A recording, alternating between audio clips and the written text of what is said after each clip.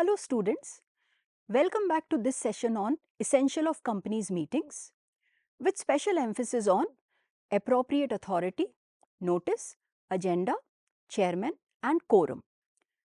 The law provides certain provisions which are supposed to be followed by the company while holding various types of company meetings. A meeting must be called and conducted according to the provisions provided in the law and in the Articles of Association. If these provisions are not followed while convening and conducting the meeting, then the whole proceeding of the meeting will be invalid. Let us now look at the essentials which are necessary for a company meeting. Company meeting to be valid should be called by an appropriate authority. It should have a chairman. A meeting notice should have been circulated in advance with a valid agenda. Also, to start a meeting, the quorum should be present.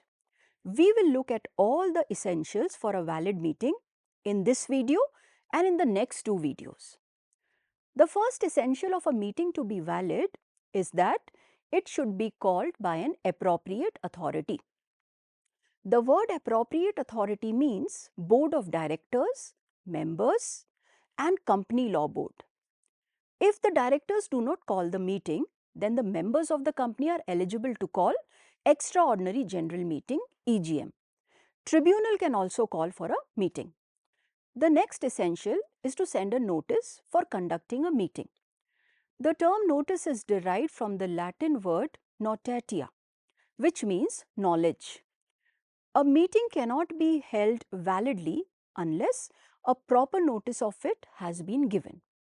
The notice of a meeting should be sent at least before 21 days of the actual meeting. The term 21 clear days implies that both the date on which the notice is served and the date of the meeting are excluded when calculating the notice period. Notice should be given to every member of the company, every director of the company and to the auditors of the company. The details of place, day and timing of the meeting should also be mentioned in the notice. The next essential for a valid meeting is an agenda.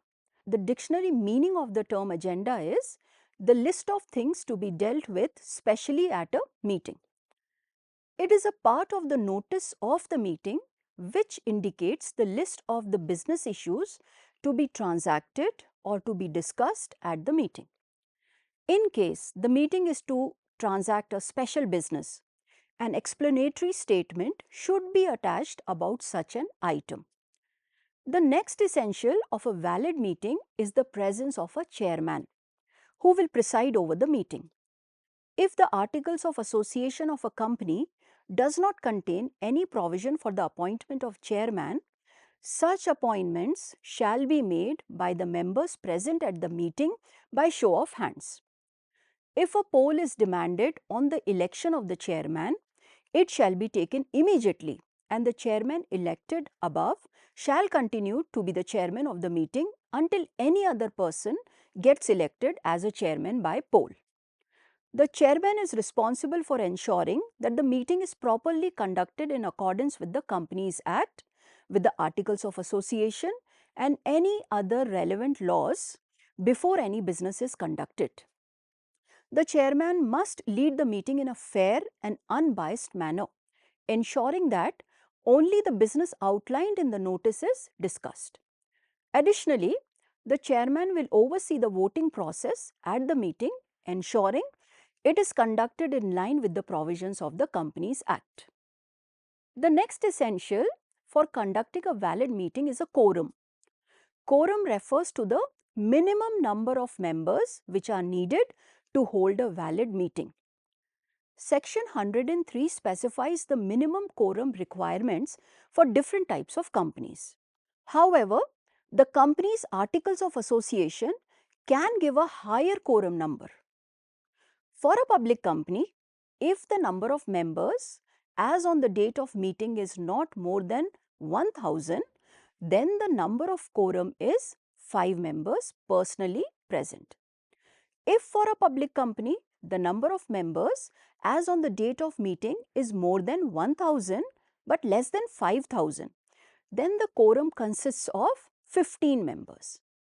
And if the number of members for a public company on the date of meeting exceeds 5,000, then the quorum consists of 30 members. Moving to a private company, the quorum for a private company shall include 2 members. I have told you the minimum number of members for a quorum which is required as per the Companies Act. But a company can increase the required numbers of the quorum in its articles of association. Now let us look at the consequence of not having a quorum. So if the minimum number of members which consists of a quorum is not present within half an hour from the time appointed for holding a meeting, then the meeting of that company shall stand adjourned to the same day in the next week at the same time and same place.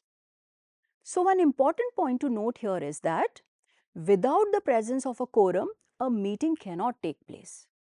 So these were some important essentials which are necessary for conducting a company meeting. In the next video, I will continue with a few more essentials which are needed to conduct the meeting of a company. Till then, happy learning and thank you for listening.